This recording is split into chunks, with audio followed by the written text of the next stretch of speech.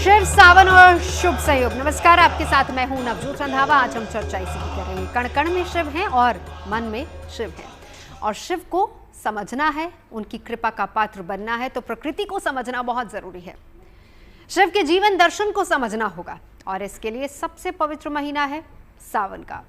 साथ ही सावन का सोमवार वो सबसे अहम दिन होता है जब शिव पूजन दर्शन से उनकी कृपा पाई जा सकती है, क्योंकि शिव को प्रिय है सावन और सोमवार को महादेव का दिन माना जाता है। तो आज पहले सोमवार पर हम आपको देश के शिवालयों की तस्वीरें दिखाएंगे, भक्तों का उत्साह दिखाएंगे, साथ ही बताएंगे आज के शुभ संयोग कौन कौन से हैं और क्या अचूक उपाय आप कर सकते हैं, कैसे जलाभिषेक से बनेंगे आपके बिगड़े काम और कैसे शुभ साधना से होगी हर मनोकामना की पूर्ति। और इसके अलावा बात सावन और शिव के संबंध की भी करेंगे, शिव के अति प्रिय रुद्राक्ष से उनके जुड़ाव की बात भी करेंगे और ये भी बताएंगे कि त्रिपुरारी का 3 अंक से क्या है नाता।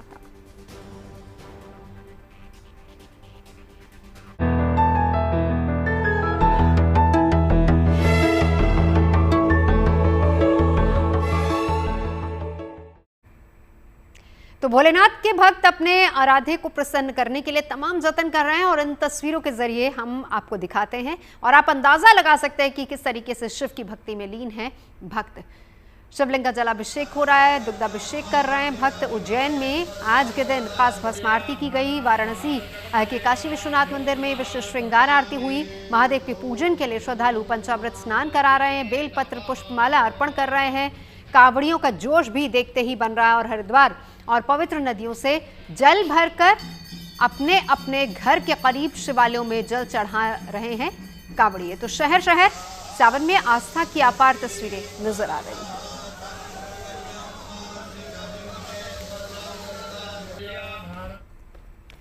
तो शिव अनादि हैं, शिव अनंत हैं, शिव अद्वितीय हैं, शिव कल्याण स्वरूप हैं, सुखदाता हैं, दुख दूर करने वाले हैं। और आज महादेव की कृपा पाने का सबसे शुभ दिन है। आज सावन का पहला सोमवार है, तो आज देश भर के मंदिरों में सुबह से ही भक्तों की भारी भीड़ जुटी है।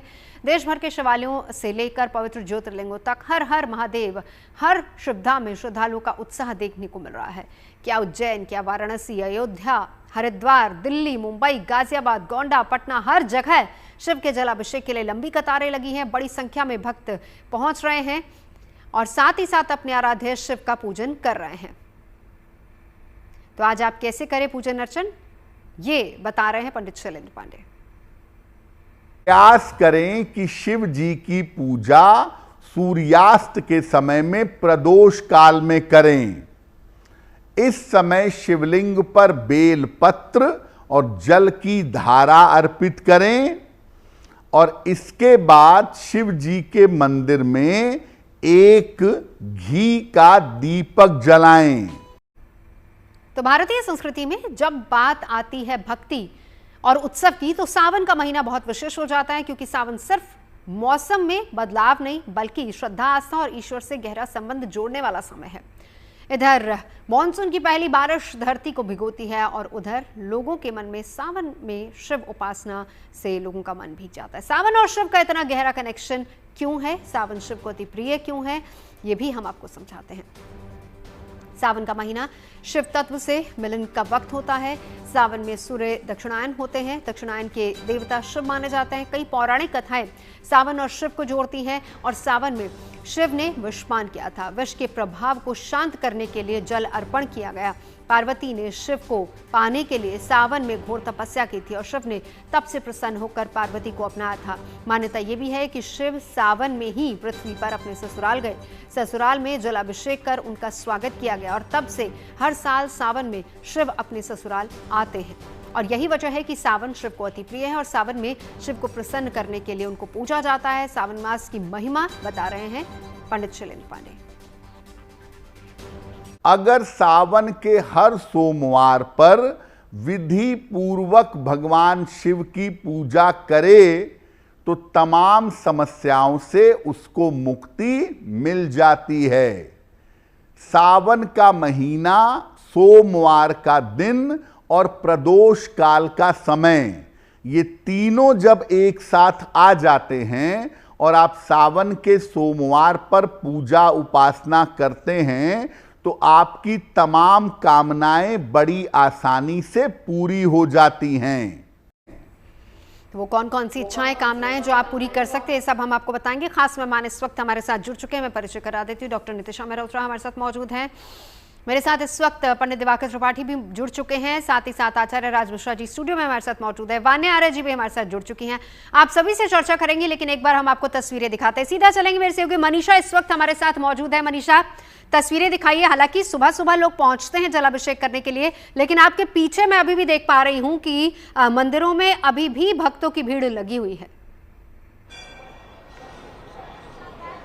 बिल्कुल नवजोत, और यही बोल सकते हैं कि हम ये भोलेनाथ जी की, महादेव की जो है महिमा है, और उनकी कृपा पाने के लिए हर कोई जो है इस वक्त मंदिर में आपको नजर आ रहा है। लेकिन भोलेनाथ की मेहरबानी आप देखिए कि किस तरीके से आज सुबह के टाइम जो बारिश हुई उसने एकदम ही माहौल और भी ज्यादा भक्तिमय कर दिया, कि लोगों को कितनी ज्यादा राहत मिली है, और लंबे इंतजार के बाद लोगों को किसी तरीके की दिक्कत नहीं हुई कि हमें गर्मी में जो है इंतजार करना पड़ रहा है सिर्फ एक दर्शन पाने के लिए। लेकिन तस्वीरें अंदर की आपको दिखा रही हूँ, हालांकि थोड़ी सी भीड़ आपको इस वक्त नवजोत कम नजर आने वाली है, क्योंकि मंदिर के कपाट कल रात से ही खुले और 3 बजे से जल चढ़ना जो है वो शुरुआत हो गई थी।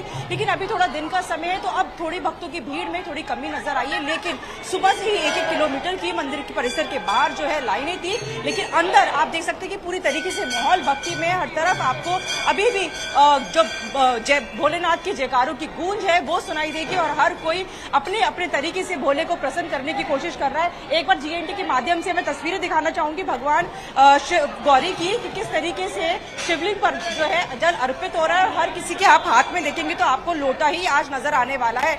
चाहे कोई इसमें जल लिए है तो कोई चना अमृत लिए गए, तो हर तरीके से भोले को प्रसन्न करने की तैयारियां। हालांकि सोमवार जो होता है वो अपने आप में बेहद खास होता है, क्योंकि भोले का प्रिय है, लेकिन सावन के सोमवार की एक अलग ही जो है महिमा होती है, और हर कोई चाहता है कि इस विशेष दिन पर जो है शिवलिंग पर जल अर्पित जरूर करें। लोगों से भी, भक्तों से भी एक बार हम थोड़ी सी बात करेंगे। कितना इंतजार अब करना पड़ रहा है? अभी टाइम तो बहुत ज्यादा लग रहा है, अभी तो आधे घंटे से लाइन में खड़े हैं, लेकिन आज मौसम भी मेहरबान है तो थोड़ी राहत। जय भोले, जय भोले।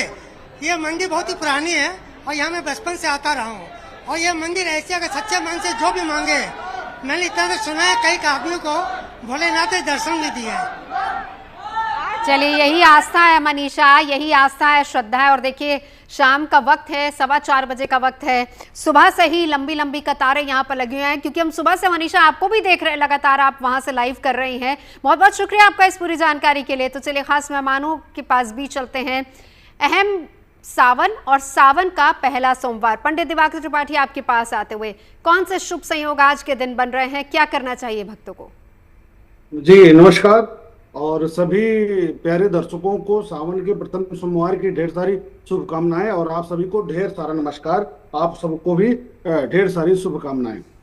देखिए, सबसे बड़ी बात यह है कि श्रावण मास में, श्रावण मास से लेकर जो चतुर्मास है, जो 4 महीना है, इसमें सृष्टि का जो संचालन है भगवान शिव के हाथों में आ जाता है, ऐसा शास्त्रों में मिलता है।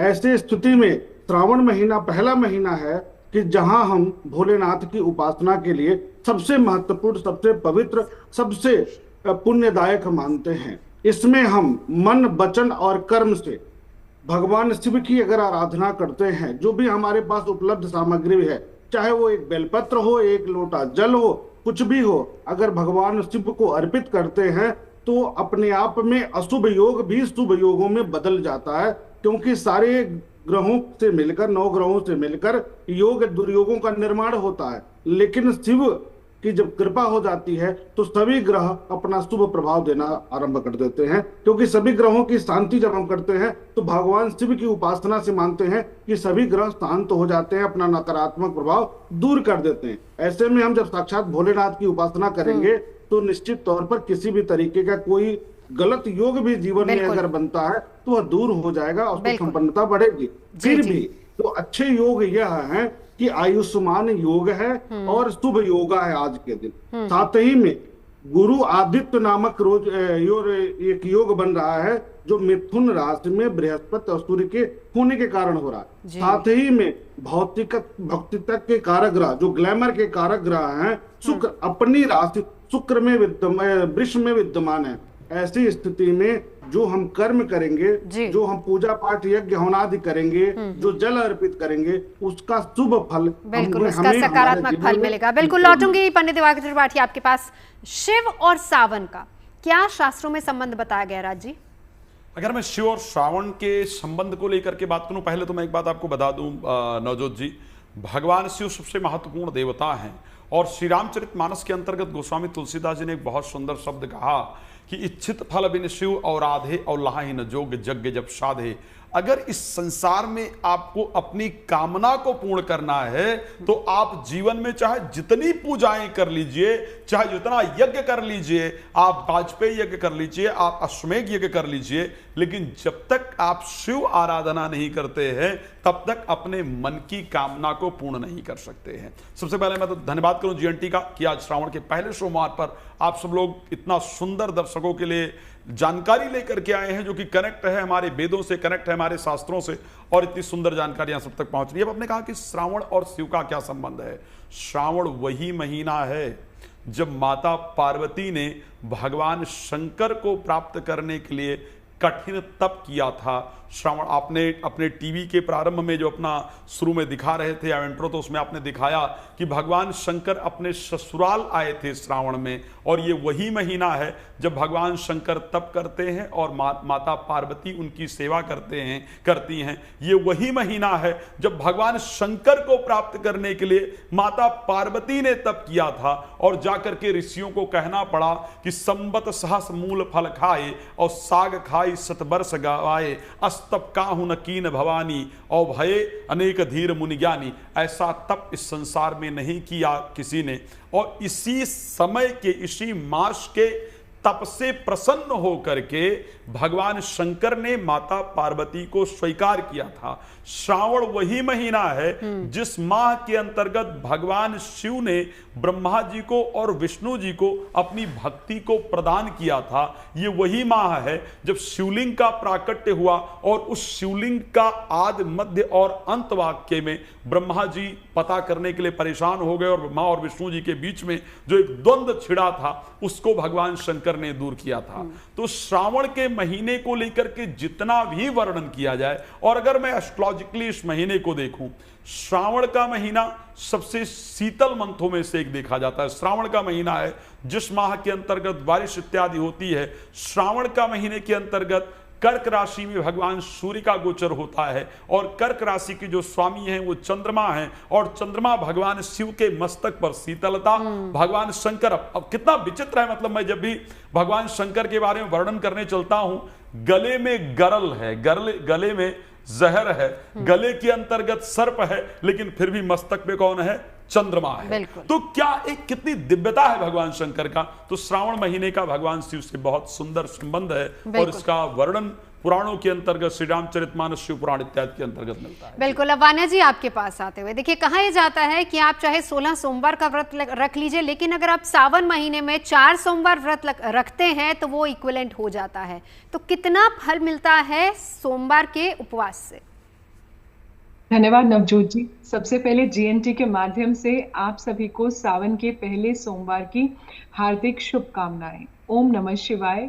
ये सावन भोलेनाथ आपके जीवन में बहुत कृपा करे। दोस्तों, चाहे आप पूरे साल सोमवार के व्रत रखें या ना रखें, लेकिन ये जो 4 मंगला गौरी व्रत होते हैं, जो सावन के 4 सोमवार होते हैं, वो सबसे ज्यादा खास होते हैं। उसका एक खास कारण ये है कि सावन जो है भगवान शिव को बहुत ज्यादा प्रिय है। अगर हम आज की भी बात करते हैं तो आज आयुष्मान योग बना हुआ है, साथ में लक्ष्मी योग भी बना हुआ है, चंद्रादि योग भी बना हुआ है, प्लस सावन है, प्लस पहला सोमवार है, प्रदोष काल का टाइम। तो आप देखिए कितना आपकी मनोकामनाओं की पूर्ति के लिए बहुत ही ज्यादा गोल्डन टाइम है। सावन का जो महीना है ये ग्रोथ का टाइम है, प्रॉस्पेरिटी का टाइम है, आपकी विश मैनिफेस्टेशन का टाइम है। रुद्र अभिषेक जो आप सावन पर करते हैं, अलग अलग चीजों से अगर आप करते हैं, जैसे आप पंचामृत से करते हैं, इत्र से करते हैं, चंदन से करते हैं। भोलेनाथ हमारे बहुत भोले हैं। आप सादे जल से, गंगा जल से भी जो है भोलेनाथ को प्रसन्न कर सकते हो। इतना इसमें रुद्राभिषेक में इतनी ज्यादा शक्ति होती है। इस टाइम पर आप रुद्राक्ष धारण कर सकते हो, क्योंकि वो जो है भगवान शिव के आंसू से जो है प्रकट हुए थे। तो भगवान शिव को बहुत छोटी छोटी चीजें लेकिन बहुत प्रिय है। अगर आप बेलपत्र को वो करके, क्योंकि एक जो बेलपत्र होता है उसमें जो 3 पत्ते मिलके बनते हैं, वो ब्रह्मा विष्णु महेश को जो है दर्शाते हैं। ये महीना माता पार्वती को जब भगवान शिव की प्राप्ति हुई तो उनका 108वां जन्म था जब उनको भगवान शिव की प्राप्ति हुई। ये उन्हें इसलिए प्रिय है क्योंकि माता पार्वती को बहुत ज्यादा कठिन तपस्या के बाद भगवान शिव की प्राप्ति हुई थी। तो अगर आप लोगों की भी शादी नहीं हुई है, बहुत टाइम से आपके कोई काम रुके हुए हैं, तो ये जो 4 सोमवार के व्रत अगर आप कर लेते हैं, क्योंकि ये अपने आप में बहुत ज्यादा खास है। आप वैसे करें ना करें, आप जल पे रह सकते हैं, आप जल पे रहें, आप फल पे रह सकते हैं, आप फल पे रहें, या जो भी आपकी मेडिकल कंडीशंस आपके डॉक्टर्स जो हैं आपको अलाउ करते हैं। छोटी छोटी चीजों से अगर आप रुद्राभिषेक कर लेते हैं, पंचामृत, दूध, दही, घी, शक्कर, गंगा जल जो है उनसे आप रुद्राभिषेक करें, इत्र से करें, नेगेटिविटी फील हो रही है काले तिल से करें, या फिर जो है आपको अगर मेटीरियलिस्टिक प्लेजर्स अपने जीवन में चाहिए तो आप इसको वहां पर इत्र चढ़ाएं। आपकी शादी नहीं हो रही है तो आप जो है जल में थोड़ा सा केसर मिला लें और थोड़ी सी शहद डाल के जो है अगर आप शिवलिंग पर रुद्राभिषेक करते हैं तो आप देखेंगे बहुत ही जल्दी आपके रिलेशनशिप इश्यूज भी सॉल्व होंगे, आपके मैरिटल इश्यूज भी जो है वो भी सॉल्व होंगे। आपको पुत्र की प्राप्ति चाहिए तो आप गेहूं चढ़ा सकते हैं, सतनाजा जो है वो भी आप शिवलिंग पर चढ़ा सकते हैं। भगवान शिव को अपराजिता का फूल जो है वो बहुत ज्यादा प्रिय होता है। आप पर्पल कलर का वो फूल आता है, जामनी सा कलर होता है, आप या नीला सा रंग होता है, आप वो चढ़ा सकते हैं। सफेद फूलों से भी जो है भगवान शिव बहुत ज्यादा प्रसन्न होते हैं। आप सफेद मिठाई जो है वो भी जो है आप शिवलिंग पर चढ़ाएं, और आप जो है जो शिवलिंग पर आप गंगा जल चढ़ाएंगे थोड़ा सा आप उसे अपने घर भी लेके आए, उसको आप अगर छिड़काव करते हैं तो आपके घर की सारी नेगेटिविटी दूर होगी। और अपने मुख्य द्वार पर पूरा टाइम जो है सावन में आप दीपक जरूर जलाएं, और शिव पुराण, शिव गायत्री मंत्र, शिव चालीसा, ओम नमः शिवाय का जाप जरूर करें। बिल्कुल। अब नितिशा जी आपके पास आते हुए, देखिए सावन के महीने में शिव आराधना बहुत जरूरी है। आज सावन का पहला सोमवार है, क्या करना है ये तो वान्या जी ने बता दिया, लेकिन बहुत से ऐसे लोग भी होते हैं जो उपवास नहीं कर पाते, जो व्रत नहीं कर पाते हैं, तो क्या ये मैंडेटरी है आपको उपवास ही करना, या फिर उसका कोई और ऑल्टरनेट भी आप बता सकते हैं? थैंक यू नवजोत जी, और जीएनटी के माध्यम से आप सभी को पहले सोमवार की हार्दिक शुभकामनाएं। तत्पुरुषाय च विद्महे महादेवाय च धीमहि तन्नो रुद्र प्रचोदयात्। तो शिव जी के नाम का जयकारा लगाते हुए, क्योंकि पहला सोमवार है, जैसा कि आपने कहा कि क्या हमें व्रत रखना चाहिए, या व्रत जो लोग बीमार हैं, बूढ़े हैं या बच्चे हैं और व्रत रखना चाहते हैं तो उन्हें क्या करना चाहिए। तो नवजोत जी आपके जीएनटी के माध्यम से मैं कहना चाहूंगी कि शिव जी हमारे भाव प्रधान देश है। शिव जी भाव के भूखे हैं, शिव जी आपके शून्य होने के भूखे हैं, शिव जी आपके निस्वार्थ होने के भूखे हैं। तो ये शिव पुराण में हमें उल्लेख मिलता है कि शिव जी कहते हैं कि आपके पास कुछ भी नहीं है तो भी आप मुझे प्रसन्न कर सकते हो, एक लोटे जल से भी प्रसन्न कर सकते हो और बेलपत्र से भी प्रसन्न कर सकते हो। तो वो भाव को देखते हैं। तो जब हमारे पास कुछ भी नहीं है, यानी अगर हम व्रत नहीं रख सकते, तो हम सिंपल तामसिक भोजन को त्याग करके, लहसुन और प्याज को त्याग करके अगर हम सिंपल दाल चावल भी खा लेते हैं, फल भी खा लेते हैं, या जो भी इजिली हमें उपस्थित हो जाता है जिसमें तामसिक भोजन नहीं है, उसको खा के भी हम व्रत रख सकते हैं। तो बेसिकली शिव जी हमारे भाव के भूखे, वो हमारे भाव को देखेंगे कि हम किस भाव से व्रत रख रहे हैं, हमारे में कितना प्रेम है, कितनी भक्ति है, और वो हमारे उस व्रत को स्वीकार करेंगे। तो वो भाव प्रधान देंगे। भाव बहुत जरूरी है, बिल्कुल। तो चलिए भगवान शिव से रुद्राक्ष का भी बहुत गहरा संबंध है, जरा उसकी भी चर्चा कर लेते हैं। पौराणिक कथाओं के मुताबिक रुद्राक्ष भगवान शिव के आंसुओं से उत्पन्न हुआ है। इसके पीछे जुड़ी कथा के मुताबिक भगवान शिव ने कई सालों तक ध्यान करने के बाद जब अपनी आंखें खोली तो उनके आंसू धरती पर गिरे, जिनसे रुद्राक्ष के पेड़ लगे, और इसीलिए रुद्राक्ष को भगवान शिव का स्वरूप माना जाता है। मान्यता यह भी है कि रुद्राक्ष धारण करने से व्यक्ति को शिव की कृपा की प्राप्ति होती है और उसके जीवन के कष्ट दूर हो जाते हैं, और इसीलिए रुद्राक्ष को भगवान शिव का प्रतीक माना जाता है और रुद्राक्ष शिव को अति प्रिय भी माने जाते हैं। इसे बहुत पवित्र माना जाता है। इसे धारण करने से नकारात्मक ऊर्जा दूर होती है और इसे धारण करने से मानसिक शांति भी मिलती है।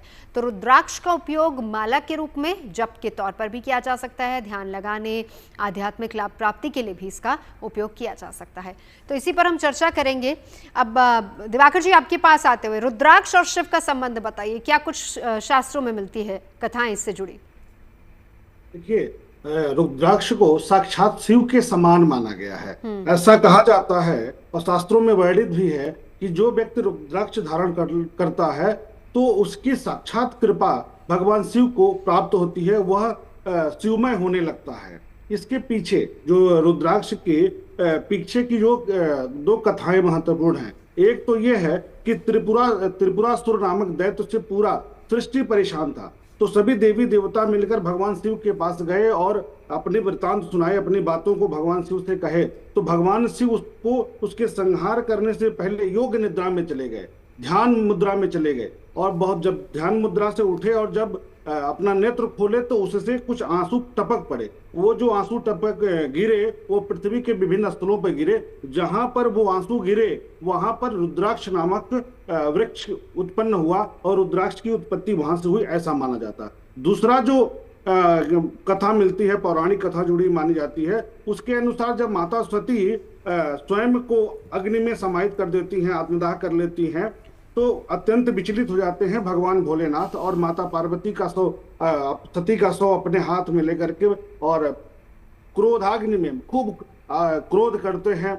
और आप सब जानते भी हैं उससे क्या हुआ कि उनके क्रोध के कारण और आंख बंद करके जब क्रोध किए और आंख खोले तो उसमें भी आंसू टपक पड़े। ऐसा माना जाता है जब माता सती को लेकर के ये नृत्य कर रहे थे तो उस समय जो आंसू टपके वो पृथ्वी के विभिन्न स्थलों पर गिरे और वहां से रुद्राक्ष की उत्पत्ति हुई। तो इस कारण से भगवान शिव का साक्षात स्वरूप रुद्राक्ष में देखा जाता है।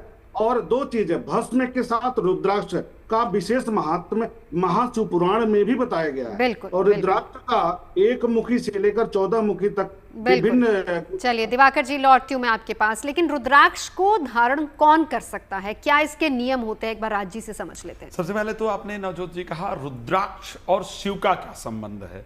रुद्र कहते हैं शिव को और अक्ष कहते हैं उनके आंसू को। आप जब अपना पहला रिपोर्ट दिखा रही थी, जो आपने बताया वो बड़ा सुंदर था कि यश रुद्र मतलब भगवान शंकर का जो अश्रु है, जो अश्रु उनके तप के बाद उनकी प्रसन्नता से निकला, उस अस्त्र के द्वारा जो है वो रुद्राक्ष की उत्पत्ति हुई। रुद्राक्ष के साइंटिफिक में भी रीजन आपको बताता हूं। रुद्राक्ष धारण करने से, रुद्राक्ष जब धारण किया जाता है तो इलेक्ट्रो और मैग्नेटिक दोनों एनर्जी रुद्राक्ष के अंदर पाई जाती है और आपके बॉडी की जो इंटरनल ऊर्जा है उसको जागृत कर देता है, सात्विक ऊर्जा को जागृत कर देता है, जिससे बॉडी रोगों से लड़ने के लिए पूरी तरीके से तैयार हो जाती है और एंजाइटी इत्यादि जो है, फोबिया है, नेगेटिविटी है, डिस्ट्रैक्शन इत्यादि है, उससे आप दूर हो जाते हैं। अब रुद्राक्ष किनको धारण करना चाहिए और किनको नहीं धारण करना चाहिए, सबसे पहले मैं एक चीज बता देता हूं।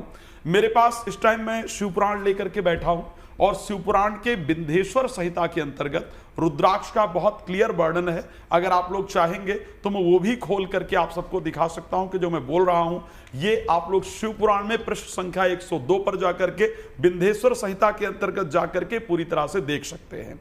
रुद्राक्ष पहनने वाले व्यक्ति के लिए नियम है कि उसको मांस का सेवन नहीं करना चाहिए, मदिरा का सेवन नहीं करना चाहिए। अगर आप रुद्राक्ष का पूर्ण लाभ लेना चाहते हैं तो ऐसी परिस्थिति में मांस और मदिरा से दूर होकर के आपको रुद्राक्ष धारण करना चाहिए। रुद्राक्ष धारण करने की एक्चुअल विधि क्या है? बहुत सिंपल, रुद्राक्ष धारण करने के अलग अलग मंत्र हैं, अलग अलग रुद्राक्ष को लेकर के। किस व्यक्ति को कौन सा रुद्राक्ष धारण करना चाहिए? आप सभी लोगों ने सिर्फ रुद्राक्ष सुना है, लेकिन रुद्राक्ष कितने प्रकार का होता है ये शायद मैं पहली बार आपको बता रहा हूं और इसको सुन लीजिए। रुद्राक्ष जनरली सफेद एक रुद्राक्ष होता है जो हल्का व्हाइट होता है। उस रुद्राक्ष को सिर्फ ब्राह्मण को धारण करना चाहिए जो ब्राह्मण वर्ण से है। इसी प्रकार से क्षत्रिय वर्ण के लोगों को लाल रंग का रुद्राक्ष धारण करना चाहिए, या मैं कहूं कि जो लोग पहलवानी करते हैं या फिजिकल एक्टिविटी करते हैं, क्षत्रिय जैसा काम करते हैं, उसको लाल रुद्राक्ष धारण करना चाहिए।